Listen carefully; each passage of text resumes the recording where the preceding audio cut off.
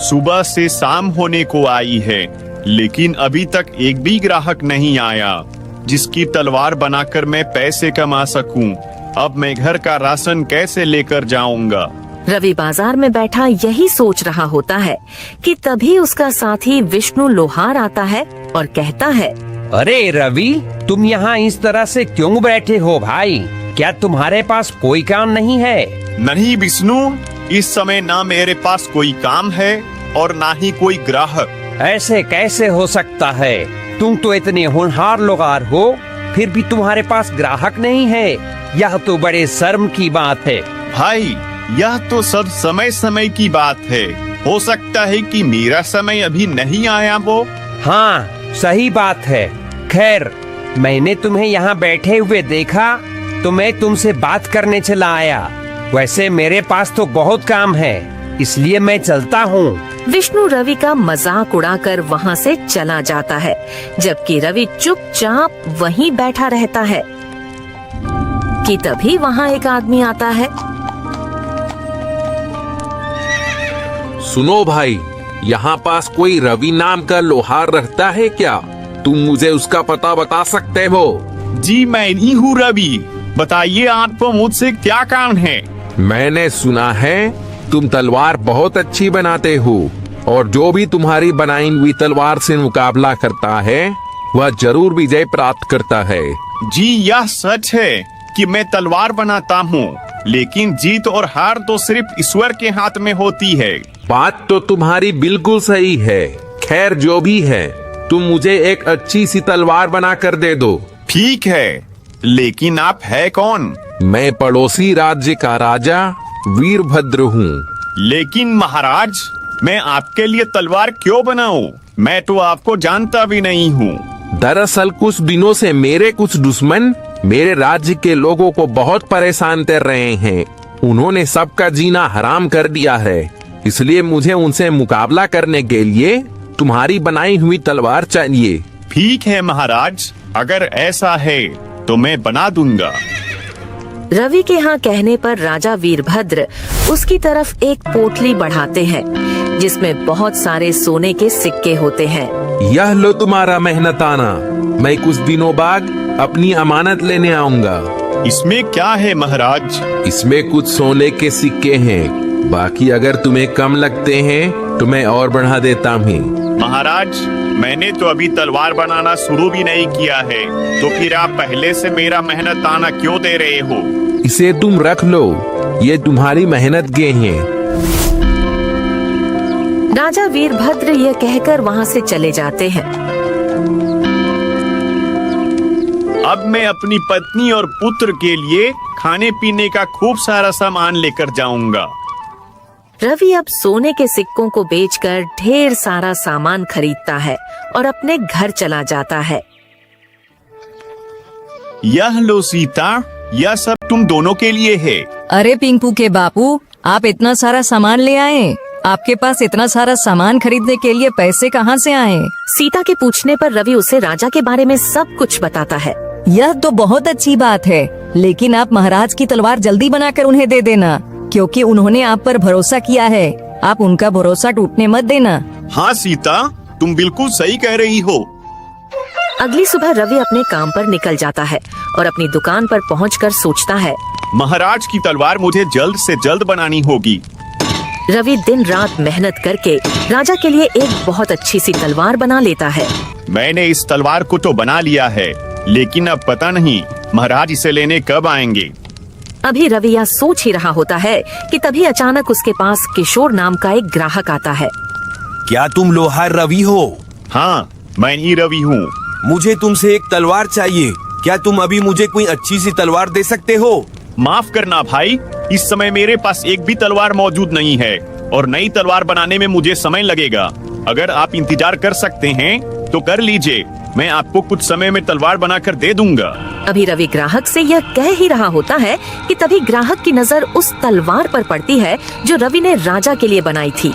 रवि, तुम्हारे पास यह तलवार मौजूद तो है, या तुम मुझे दे दो, बदले में तुम इसके दोगुने पैसे ले लेना। नहीं भाई, यह तलवार मैं आपको नहीं दे सकता, यह किसी की अमानत है। भाई मैं कहता हूँ तुम इसकी जितनी चाहे उतनी रकम ले लेना, लेकिन यह तलवार मुझे दे दो। भाई अगर आप मुझे इस तलवार के बदले खजाना भी देंगे तब भी मैं यह आपको नहीं दूंगा। ठीक है, रखो अपनी तलवार अपने पास, मुझे नहीं चाहिए, मैं जा रहा हूँ यहाँ से। किशोर ग्राहक गुस्से में वहाँ से चला जाता है। फिर कुछ दिन ऐसे ही गुजर जाते हैं, लेकिन राजा वीरभद्र अपनी तलवार लेने नहीं आते।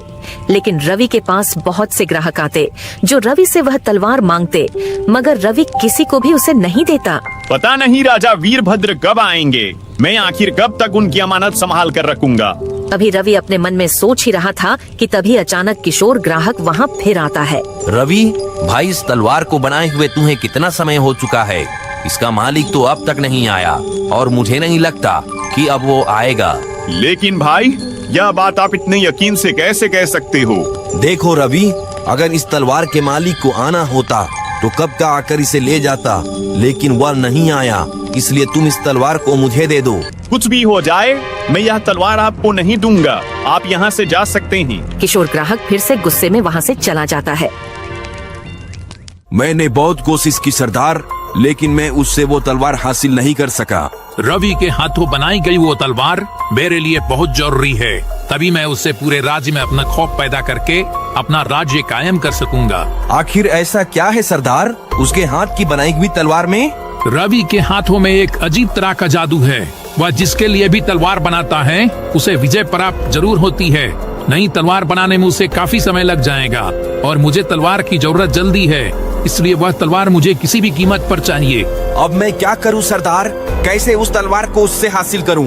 तुम रवि के आसपास ही रहो, उसका भरोसा जीतो और फिर मौका पाते ही उसे धोखा देकर तलवार ले आओ। किशोर ग्राहक भैरव की बात सुनकर एक बार फिर से रवि के पास आता है। रवि मुझे माफ कर दो, मैं वाकई गलत था, यह किसी और की अमानत है, इसलिए अब तुम मेरे लिए दूसरी तलवार बना दो। ठीक है, मगर इसके लिए मुझे थोड़ा समय लगेगा। ठीक है, मैं इंतजार कर लूंगा। किशोर ग्राहक के कहने पर रवि दूसरी तलवार बनाने के लिए तैयारी शुरू कर देता है। अच्छा है, यह बेवकूफ अपने काम में लगा हुआ है, मैं जल्दी से यह तलवार लेकर अपने मालिक को दे देता हूँ। फिर किशोर रवि को धोखा देकर चुपके से राजा की तलवार लेकर भाग जाता है और कुछ देर में रवि तलवार का नक्शा बनाकर कहता है, भाई यह देखो, तुम्हारी तलवार का नक्शा तैयार हो गया है। अरे अरे वह आदमी कहाँ गया? कहाँ गया वह आदमी? अभी तो यहीं था। रवि किशोर को अपनी दुकान के आसपास तलाश करता है, लेकिन वह उसे कहीं नहीं मिलता। फिर वह अपनी दुकान पर वापस आता है, तभी उसकी नजर राजा की तलवार की जगह पर पड़ती है। हे भगवान, इसका मतलब वह ग्राहक नहीं चोर था, मुझे धोखा देकर भाग गया। हे भगवान, अब मैं क्या करूं? क्या जवाब दूंगा राजा वीरभद्र को? मुझसे इतनी बड़ी गलती कैसे हो गई? इधर किशोर ग्राहक तलवार लेकर जंगल में भैरव के पास पहुंचता है। यह लीजिए सरदार, आपकी तलवार। अब मुझे राजा वीरभद्र से जीतने से कोई नहीं रोक सकता, कोई नहीं। अब मैं क्या करूं ऊपर वाले? उस चोर ने मुझे धोखा देकर महाराज की तलवार चोरी कर ली। अब मैं महाराज को क्या जवाब दूंगा? रवि यह सोच ही रहा होता है कि तभी पानी से कृष्ण गोपाल निकलते हैं। क्या हुआ रवि, तुम इतने दुखी क्यों हो? कृष्ण गोपाल के पूछने पर रवि उन्हें सारी बात बताता है। रवि, उस चोर ने तुम्हारे साथ धोखा किया है, इसमें तुम्हारी कोई गलती नहीं है। तुम एक काम करो, तुमने जिस तलवार का आज नक्शा तैयार किया है, अब जल्दी से उसे बनाकर राजा वीरभद्र को दे दो। लेकिन कृष्ण गोपाल, वो तलवार तो आम तलवार जैसी है, जबकि मैंने महाराज के लिए एक अलग तरह की तलवार बनाई थी। क्या हुआ कृष्ण गोपाल, आप हंस क्यों रहे हो? मैं इसलिए हंस रहा हूँ क्योंकि जो तलवार पहले बनाई थी वो राजा वीरभद्र के लिए थी ही नहीं। क्या मतलब कृष्ण गोपाल? जब तुम छोटे थे और यहाँ खेलने आते थे, तब मैंने तुम्हें वरदान दिया था कि जब तुम तलवार बनाने से पहले मुझे याद करोगे तो तुम्हारी तलवार में ताकत भर जाएगी। क्या सच में? मुझे तो ये पता ही नहीं था। हाँ, इसलिए जब तुम अपनी तलवार बनाने से पहले मुझे याद करते हो तो तुम्हारी तलवार ताकतवर बन जाती है। लेकिन उस दिन तुमने जो तलवार बनाई थी, उसे बनाने से पहले तुम मुझे याद करना भूल गए थे। इसका मतलब जो तलवार मैंने महाराज के लिए बनाई थी उसमें ताकत नहीं है।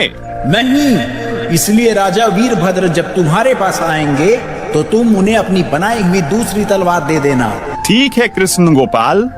कृष्ण गोपाल की बात मानकर रवि दिन रात करके जल्दी से एक नई तलवार बना लेता है।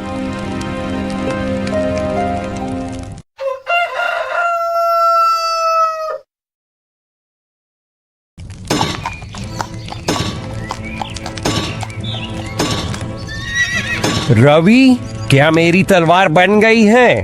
जी महाराज, यह लीजिए आपकी तलवार। तुम्हारा बहुत बहुत धन्यवाद रवि। इसमें धन्यवाद की कोई बात नहीं है महाराज। दूसरों के लिए तलवार बनाना तो मेरा काम है। महाराज, अगर मैं भी आपके साथ आपके दुश्मन के मुकाबले को देखने चलूं, तो क्या आप मुझे ले चलेंगे? हाँ हाँ, क्यों नहीं। कल के मुकाबले में तुम भी मेरे साथ चलना। अगले दिन राजा वीरभद्र रवि को भी अपने साथ मुकाबले में ले जाते हैं। फिर एक मैदान में राजा वीरभद्र और उनके दुश्मन भैरव की जंग शुरू हो जाती है। आज मैं तुझे मारकर तेरा राज्य अपना बना लूंगा। तुम इस नापाक मकसद में कभी कामयाब नहीं हो पाओगे। इतना कहकर राजा वीरभद्र गुस्से से उस पर वार करते हैं, जिससे उसकी तलवार 2 टुकड़ों में बंट जाती है। अरे, ये कैसे हो सकता है? यह तो जादुई तलवार थी, यह टूट कैसे गई? तूने रवि से धोखे से यह तलवार हासिल की थी, इसलिए देख, तेरा यही अंजाम होगा। इतना कहकर राजा वीरभद्र उस भैरव को मार देते हैं और मुकाबला वहीं खत्म हो जाता है। महाराज, आपको कैसे पता चला कि दुश्मन भैरव ने मुझसे धोखे से तलवार हासिल की थी? उस दिन मैंने तुम्हारी और श्री कृष्ण गोपाल की सारी बातें सुन ली थी। फिर मैंने तुम्हें धोखा देने वाले उस किशोर को सबक सिखाया और आज इस दुष्ट की जान ले ली, ताकि यह किसी और को धोखा या नुकसान ना पहुंचा सके।